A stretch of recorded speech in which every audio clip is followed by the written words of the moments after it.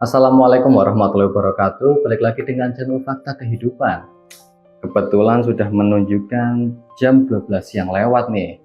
Saya ingin menyapa beberapa subscriber kita yang dari golongan ibu-ibu nih, karena penonton kita itu banyak dari beberapa golongan. Salah satunya ibu-ibu. Mungkin ibu-ibu ini sedang masak ataupun sedang mengurusi keluarganya nih. Semoga semangat dan sehat selalu. Ngomong-ngomongin soal ibu nih, kisah kali ini tuh salah satu subscriber kita itu ngirimin yang bertemakan ibu. Judulnya itu kecil kurawat, besar malah berkhianat. Wah, bagaimana ini kisahnya? Pasti banyak penasaran dong. Gak usah berlama-lama lagi, kita masuk ke ceritanya.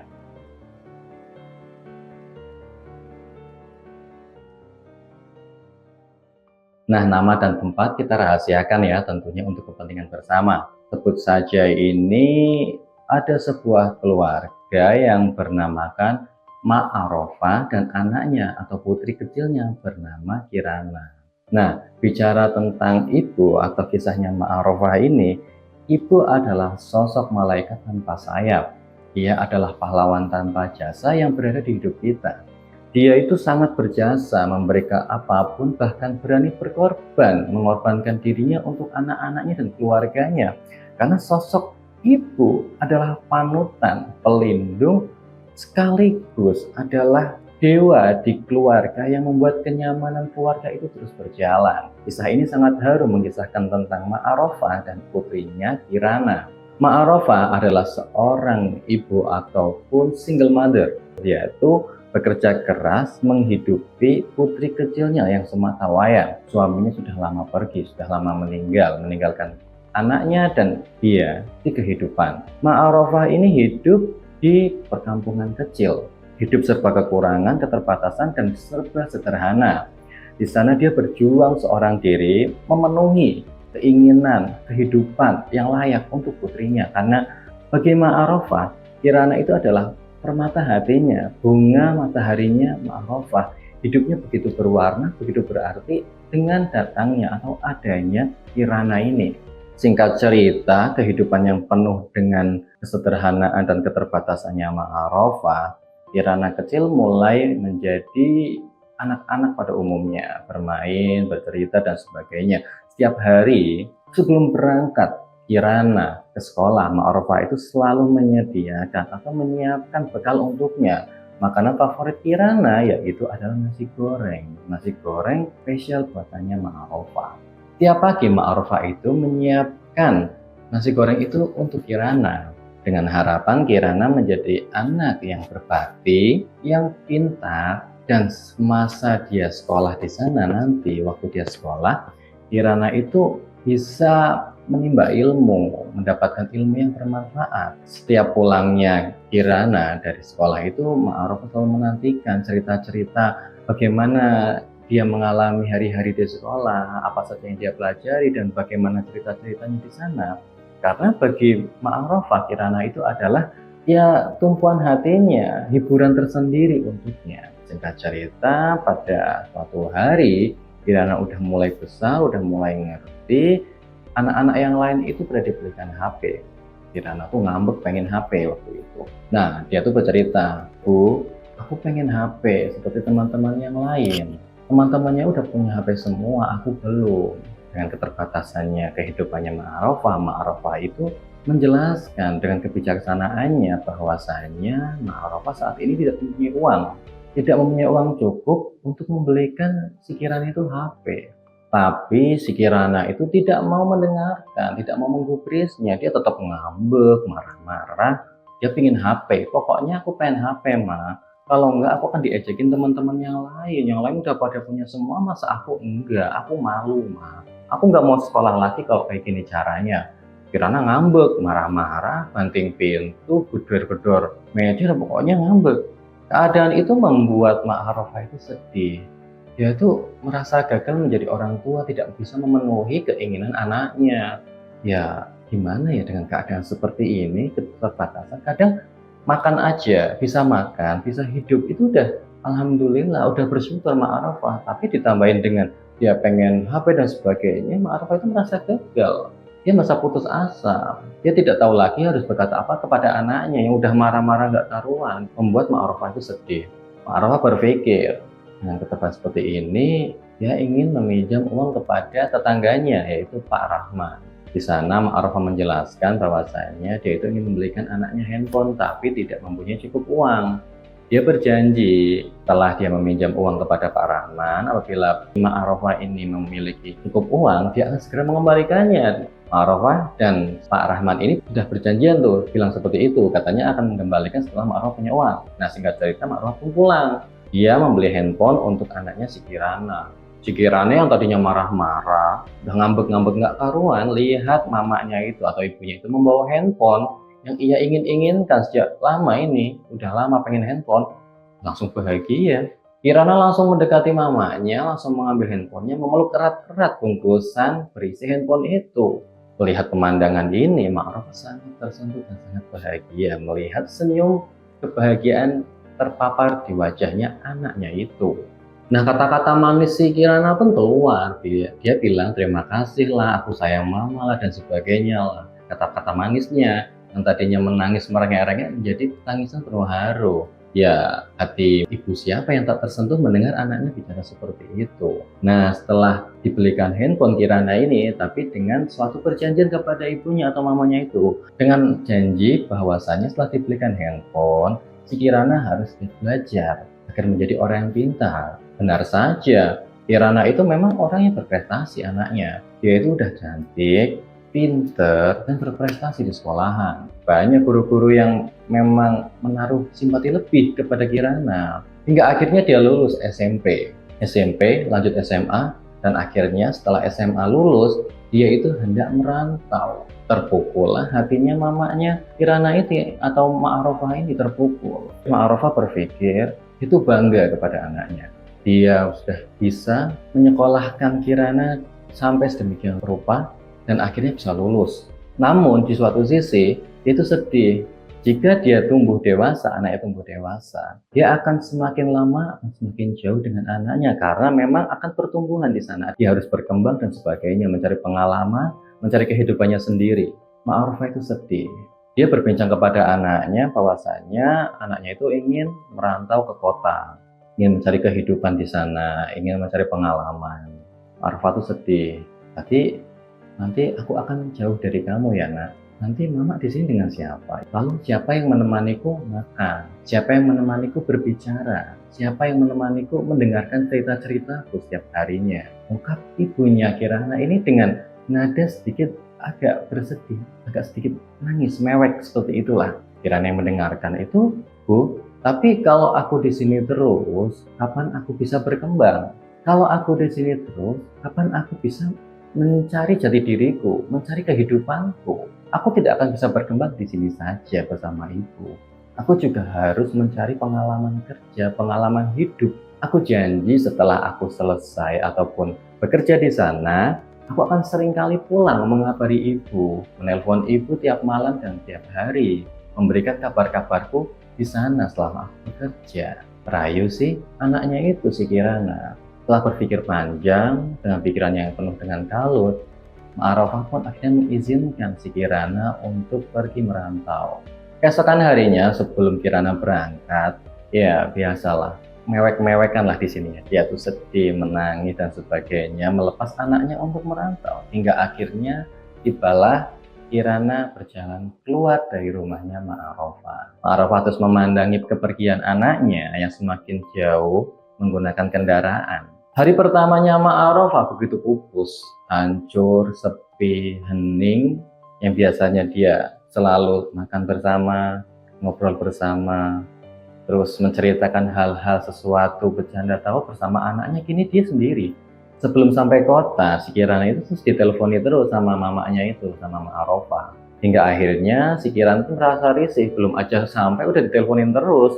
Nah, sampailah di kota. Singkat cerita, meninggalkan ibunya dengan penuh kesedihan dan kesendirian, si Kirana ini akhirnya di sana mendaftar kerja. Mendaftar kerja di sana itu di salah satu pabrik favorit temannya. Teman-temannya itu nggak ada yang masuk ke sana, hanya sedikit yang bisa masuk lolos kerja di sana itu sedikit. Dengan mudahnya si Kirana itu masuk. Nah, si Kirana itu menjadi kebanggaan tersendiri bahwa dia masuk dengan begitu mudahnya. Karena ya wajar saja, dia itu pintar, cerdas, cantik. Nah, langsung masuk aja lah di pabrik itu. Kirana itu bekerja di sana, mulai sibuk dengan pekerjaannya, mulai sibuk dengan pertemanan barunya, adaptasi di sana. Ya, namanya juga kerja ikut orang, penuh dengan tekanan pastinya kan. Membuat dia stres, membuat dia ya di lingkup baru, pekerjaan baru. Ya, dia akhirnya itu melupakan mamanya, Bu Arofah itu atau Ma Arofah.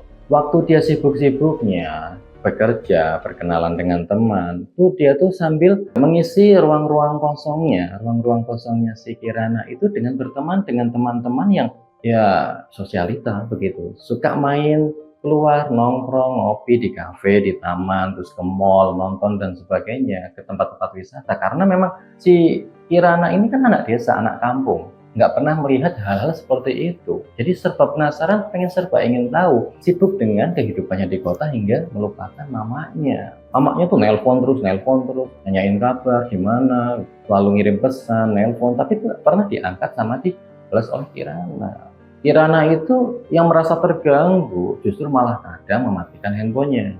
Tidak mau diganggu, dia pengen fokus dengan teman-temannya, fokus dengan kesibukan kerjanya. Beberapa hari terus seperti itu, padahal dia itu bekerja sudah berbulan-bulan di sana. Dia tidak pernah memberikan kabar kepada Mak Arofah ini, ibunya. Kirana itu terus sibuk, hingga akhirnya dia tuh merasa greget gitu loh, udah sering diganggu mamanya, greget sendiri. Dia angkat teleponnya waktu itu, waktu di sela-sela bekerja. Bukannya dengan nada yang lembut kepada ibunya, malah dia marah-marah. Apa sih, Mak? Maksudnya kayak gini, aku tuh capek kerja, aku tuh pengen istirahat. Aku pengen fokus di pekerjaanku. Kenapa Mama selalu nelpon-nelpon aku terus? Aku tuh benci tau nggak Mama kayak gini. Kata si Kirana kepada mamanya. Mamanya yang mengangkat telepon pun terkejut. Loh, kok anaknya ditelepon kok malah seperti ini? Bukan tanggapannya tuh bagus, bukan tanggapannya lembut kepada ibunya yang udah lama nggak dikabarin, malah sekarang kayak gini. Tapi si Ma Arofah itu emang orangnya penyabar. Dia membalas kata-kata anaknya itu, ya maaf nak, mama nggak tahu atau ibu nggak tahu bahwa kamu tuh capek kerja di sana. Mama tuh cuma pengen tahu kabar kamu karena udah lama nggak pernah berkabar kamu, nggak pernah nelpon mama, nggak pernah balas chat mama. Jadi ya mama pengen tahu kamu tuh kabarnya gimana di sana, kehidupannya gimana. Mama tuh itu bentuk sayang mama kepada anaknya. Mak Arofah mencoba menjelaskan apa yang dia rasa kepada anaknya itu. Tapi Kirana itu yang udah gak karuan menurut saya itu udah gak bisa dibilang anak berbakti. Dia malah sibuk dengan kerjaan, malah sibuk dengan temannya, tuh malah menyalahkan orang tuanya. Ya itu gara-gara mama sih. Tahu nggak, mama karena sering nelpon kayak gini, gangguin saya terus, aku jadi nggak fokus, aku jadi banyak pikiran, jadi malah stres. Jadi tolong mama tuh berhenti recokin atau ngeributin kehidupan aku di sini. Aku tuh udah nemu kehidupan baru di sini, Mak. Jadi mama tuh ya udah nggak usah ikut ganggu-ganggu lagi. Kata si Kirana. Percakapan mereka pun cukup lama ya. Kirana itu terus marah-marah kepada mamanya hingga akhirnya mamanya tuh mengalah dan akhirnya ya udah minta maaf kalau mama sering ganggu, sering recokin kamu di sana. Yang penting mama tuh pengen tahu kabar kamu aja. Udah cukup sampai di situ, mereka pun menyelesaikan telepon-teleponan mereka itu. Hingga larut malam kepikiran terus Kirana atas kejadian itu kepada mamanya. Saat berangkat bekerja seperti biasa paginya, karena kepikiran semalam hingga akhirnya dia begadang, dia tuh nggak fokus kerja di pabrik itu. Kan di pabrik itu kan tim-timan ya, ada beberapa pabrik itu memang di sana itu pakai tim satu, tim apa gitu kan. Nah itu dia tuh kerja sama tim di sana. Tak disadari, tidak disangka dia tuh bikin kesalahan fatal. Nah ini mungkin karma kali, habis marah-marah sama mamanya itu, dia bikin kesalahan fatal. Yang bikin tuh satu tim itu tuh, wah kena masalah besar nih. Bisa-bisa kena manajer pabriknya ini marah, ya udah satu tim itu yang dimarahin semua. Gara-gara si Kirana. Teman-teman itu nyalain Kirana semua langsung. Kamu gimana sih kerjanya kok nggak fokus kayak gini? Padahal selama ini si Kirana itu bekerja itu penuh dedikasi, disiplin, pintar. Terus memang kerja itu selalu beres, aman. Makanya tuh dia tuh terkenal di sana tuh kerjanya bagus. Tapi sekarang karena dia nggak fokus, malah bikin kesalahan sangat fatal. Pada nyalain semua teman-temannya. Kirana yang memang menyadari itu kesalahan dia cuma diem. Ya iya gimana ya, aku nggak tahu, aku nggak sengaja, aku nggak tahu bakalan seperti ini, aku minta maaf dan sebagainya. Dia hilaf, alah, alasan-alasan Kirana kepada teman-temannya. Kesalahan ini diketahui oleh manajer pabriknya itu. Panggillah Kirana, ditanya, kamu tuh kenapa? Ini lo kesalahan fatal. Lihat dampaknya seperti ini. Satu tim kamu tuh jadinya seperti ini. Disalahin semua. Nah itu salahnya ditunjukkan kepada si Kirana. Kirana minta maaf Pak, iya maaf saya nggak fokus, saya hilaf dan sebagainya kan. Kasih peringatan keras oleh si manajernya itu, manajer pabriknya. Kirana yang udah dimarah-marahin kan stres ya, banyak penat pikirannya, tadi udah dimarahin teman-teman, sekarang dimarahin manajer pabrik. Ini gara-gara mamanya nih, pikiran Kirana kayak gitu terus. Ini gara-gara masalah mama nih, ini jadi kayak gini. Dia nyalahin mamanya dalam hatinya tuh. Dia stres, pikiran, pulang kerja malah dia nongkrong, malah pulang introspeksi enggak, tapi dia malah nongkrong sama teman-temannya. Nongkrongnya itu nggak inget waktu, dia itu sampai tengah malam lewat, nggak mikir bahwa paginya besok dia itu kerja. Dan itu tuh nggak cuma sekali dua kali, dia terulang-ulang lagi, selalu nongkrong lewat tengah malam, nongkrong lagi lewat tengah malam, pulang kerja nongkrong lagi, ya itu yang dilakukan tiap hari oleh si Kirana ini. Dan apa dampaknya coba setelah dia kayak gitu? Dia tuh telat kerja nggak fokus, sering bikin kesalahan, performa kerjanya itu turun drastis. Performanya yang turun drastis ini diketahui oleh tim. Nah timnya ini kan akhirnya kan gimana sih, nggak jadi solid banget, nggak kayak dulu lagi kan. Kejanggalan-kejanggalan ini diketahui oleh manajer pabriknya lagi nih. Nah manajer pabriknya yang udah tahu nih, ini tim kok makin hari makin nggak bagus dan makin nggak beres, ada apa? Ditanyalah timnya, kamu kenapa sih timnya kayak gini? Ini Pak, ini masalah ini, Kirana nih gara-garanya nih, ini. Jelasin semua, panggil Kirana lagi. Akhirnya Kirana yang deg-degan kan, bingung. Ya, secara pikir ya, dia tuh anak kampung, tiba di kota dengan kehidupan kota yang seperti itu, vulgarnya, dia tuh terpaut, terpancing. Ya inilah akibatnya, dia tuh nggak siap mental menghadapi kayak gini. Dia tuh nggak siap fondasi. Akhirnya si Kirana dipanggil oleh manajer, ditanya, kamu tuh kenapa sih sebenarnya? Ada masalah apa? Kok tiba-tiba jadi kayak gini? Ini Pak, maaf, saya itu memang punya masalah, dan sekarang saya lagi mencoba mencari solusi ataupun memecahkan masalahnya agar selesai. Ya manajernya itu ya tahu dengan segala alasannya itu bahwasannya memang manusia itu ya punya masalah, punya problem kehidupan masing-masing, memang tahu. Tapi kan bukan berarti dia tuh nggak konsisten, dia tuh nggak profesional. Yang jadi korban malah perusahaan atau pabriknya ini. Sempatlah di sana ngomong-ngomong panjang lebar dan akhir keputusannya si manajer pabrik ini, akhirnya si Kirana itu dipecat, nggak mau bikin rugi lagi. Itu alasannya si manajer. Kirana ya jangan dong Pak, saya masih butuh pekerjaan nih, saya masih pengen kerja di sini, janganlah saya dipecat. Kalau saya dipecat, saya mau kerja di mana Pak? Ya tapi kan kalau dia masih kerja di sini atau kamu masih kerja di sini, yang rugi siapa kalau kamu masih kayak gini? Iya Pak, saya janji akan memperbaiki lagi. Ya nggak bisa, mohon maaf. Ini bukan barang untuk coba-coba. Akhirnya si Kirana ini keluar dari ruangannya manajer ini dengan berat langkahnya, dengan penuh kecewa. Dia pusing harus kayak mana lagi. Dia dipecat dari kerjaannya. Dia tuh nggak punya pengalaman kerja selain di situ. Dan dia tuh memang tipikal orangnya tuh kalau udah kayak gini udah males. Udah menyerah aja lah. Ngapain sih? Nggak bisa berusaha lagi. Itu tipikal orang yang seperti itu. Hampir 1 bulan dia tuh nganggur di kontrakannya.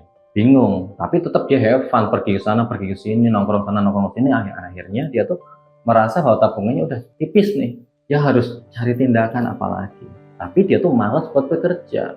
Pulang dia ke rumah, nggak tahu diri ini emang. Si Kirana nggak tahu diri, pulang ke rumah dengan berat hati. Tapi dia tuh pikir, nanti sampai rumah, mamanya gimana? Terus apa yang mamanya omongin ke aku, karena aku nggak pernah ngabarin dia, pikirnya Kirana. Tapi sampainya di rumah dengan berat hati, diketuk pintu, dibuka pintunya oleh mamanya malah berbinar-binar. Melihat kebahagiaan berpampang di wajahnya mamanya Kirana. Atau Arafah ini malah senang anaknya pulang. Tapi melihat anaknya yang mukanya musam, mukanya ya sedih gitu. Arafah tahu bahwasanya anaknya sedang mengalami hari-hari yang berat. Dia langsung memeluk anaknya. Kirana menangis di situ. Dia minta maaf bahwasanya aku tuh udah jahat sama mama, udah nggak pernah ngabarin, udah kasar ngomongnya. Aku minta maaf, aku menyesal. Kayak gitu kata Kirana. Dan Ma'arofah pun memaafkan, ya nggak apa-apa. Nah, aku tahu setiap orang itu memiliki sifat hilafnya masing-masing, titik lemahnya masing-masing. Mungkin kamu belum siap dengan kehidupan di kota, nggak akhirnya melupakan mama yang ada di desa. Nah, tanpa pelukan, masuklah mereka menjalani hidup seperti biasa. Tapi dengan kehidupannya biasa di desa, melihat suasana yang ya nggak ada glamor-glamornya, si Kira itu merasa sepi, hening. Dia tuh kangen dan kehidupannya di kota karena udah lama banget dia tuh menjalani kehidupan di kota yang penuh dengan kemewahan, punya uang, bisa jalan-jalan, makan di kafe, foya-foya, beli ini itu. Lah di kampung nggak ada mall, nggak ada bioskop, nggak ada kafe, nggak ada kesenangan-kesenangan dia yang selama ada di kota. Sepi lah dia. Merasa hari-harinya itu ya apa sih kayak gini amat, sepi banget, nggak punya teman dan sebagainya. Ya karena temannya pada sibuk kerja. Jadi kerja di kota ya kerja di kampung. Teman-temannya itu memang kreatif, cuman dia aja yang nggak mau kerja, dia tuh malas. Bilanglah kerja ke mamanya, "Ma, aku pengen beli ini, pengen ini." Dia tuh punya kebutuhan sendiri. "Mama bisa bantu nggak?" Tanya si Kirana kepada ibunya itu. Lah ibunya kan cuma kerja sebagai serabutan, hidupnya aja pas-pasan kan. Bahkan bebannya sekarang itu jauh lebih besar daripada waktu Kirana kecil. Kirana sekarang udah besar, udah punya beban yang besar gitu loh. Pengen ini, pengen itu, yang tadinya cuma butuh ini jadi sekarang butuh yang lebih gitu kan. Karena dengan berjalannya waktu dia makin besar kan. Butuhnya, kebutuhan juga makin besar. Ya mamanya cuma menjelaskan bahwasannya ya mamanya nggak punya uang yang sebanyak itu, buat makan juga udah cukup, nggak ada lebihnya. Kalau kamu mau uang ya kamu harus bekerja, nanti mama bantu cari kerja.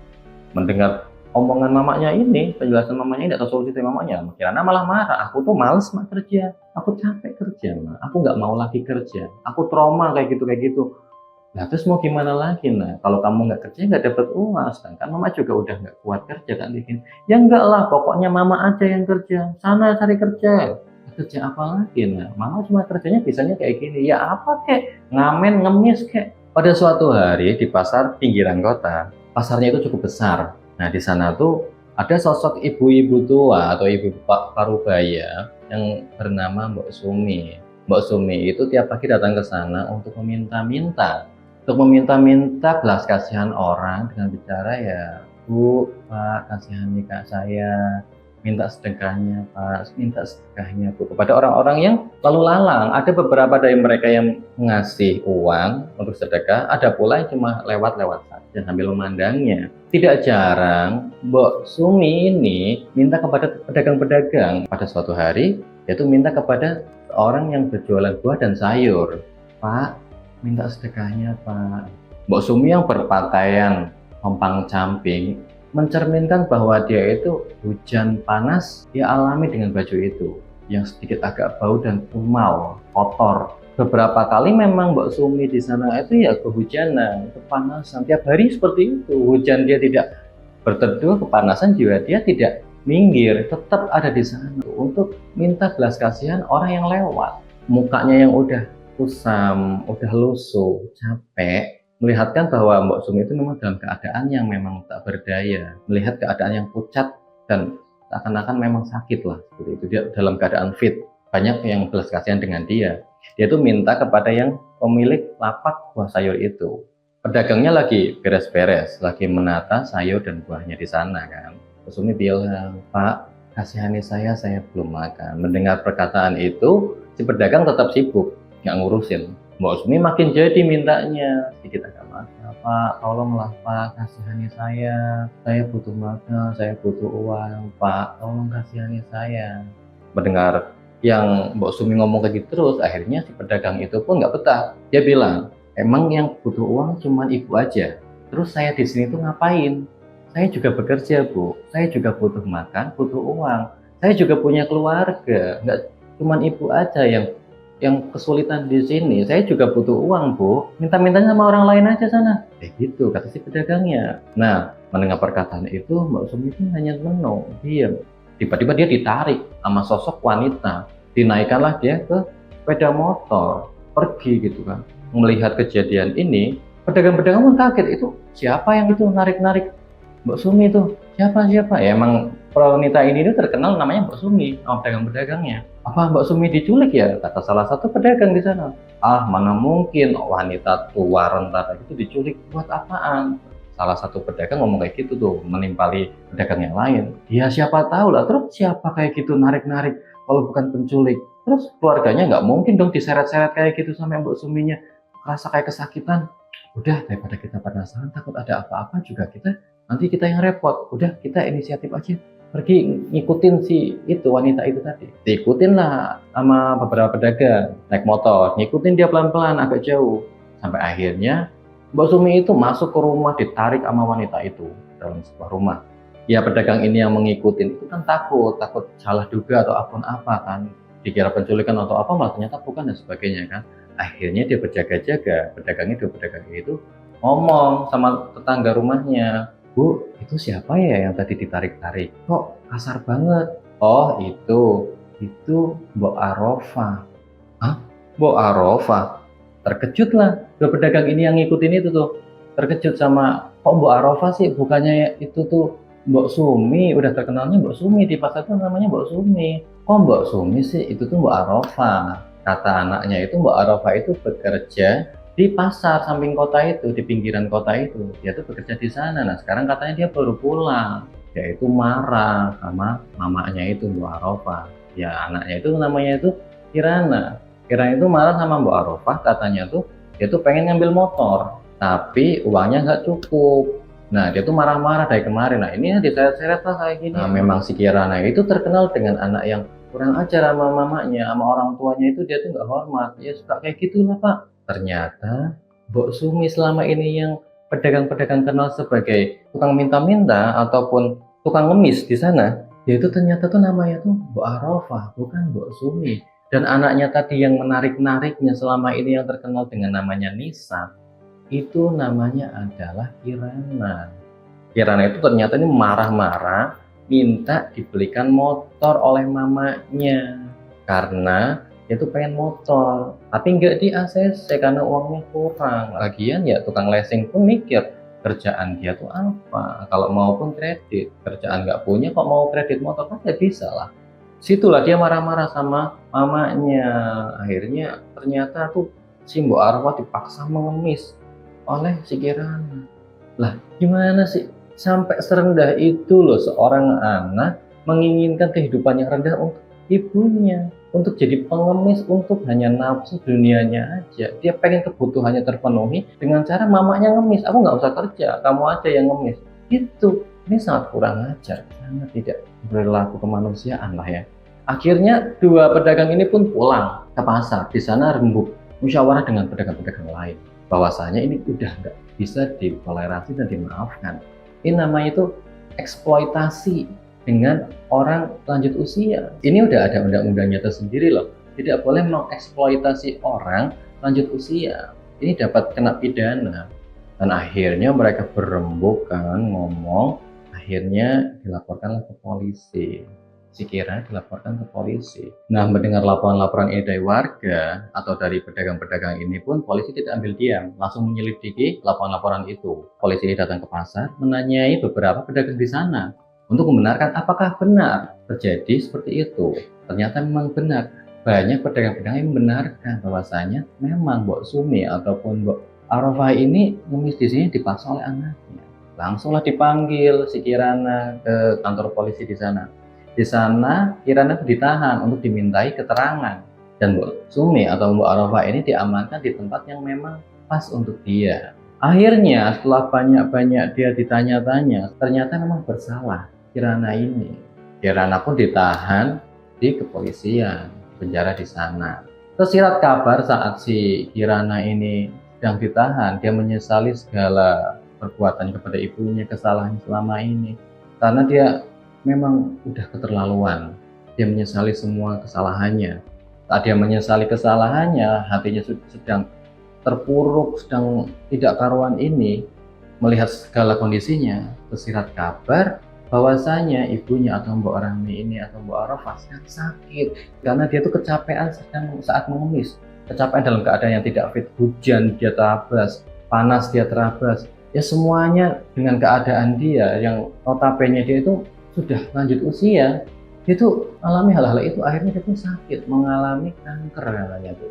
Kirana yang mendengar berita itu, mamanya sakit, dia tuh ingin meminta maaf secara langsung. Dia bersedih di sana, di dalam penjara itu bersedih, menyesali ke perbuatannya. Namun pihak kepolisian tidak mengizinkannya untuk keluar, untuk menemui orang tuanya itu. Atau saat dia sedang menjalani masa penjaranya, akhirnya datanglah kabar bahwa ibunya Mbak Arfa sudah meninggal. Akhirnya si Kirana itu pun mengalami penyesalan begitu kuat. Dia belum sempat untuk meminta maaf secara langsung di depan orang tuanya atau Mbak Arfa itu yang selama ini membesarkannya dengan penuh dedikasi, dan ia malah membalaskannya dengan air juga. Sangat prihatin. Nah, beginilah kisah dari salah satu subscriber kita yang udah ngirimin kisahnya nih. Semoga kita semua yang mendengarkan, yang menyimak dengan secara benar, itu bisa mengambil hikmah, nilai-nilai kehidupan yang ada di sini. Kita itu memang harus menghormati orang tua kita, terutama ibu yang udah membesarkan kita. Di sini tuh menggambarkan bahwasanya itu anak yang durhaka, sekalipun ibu akan tetap mengayominya, akan memberikan kasih sayangnya, akan melakukan apapun untuk anaknya walaupun itu memang salah.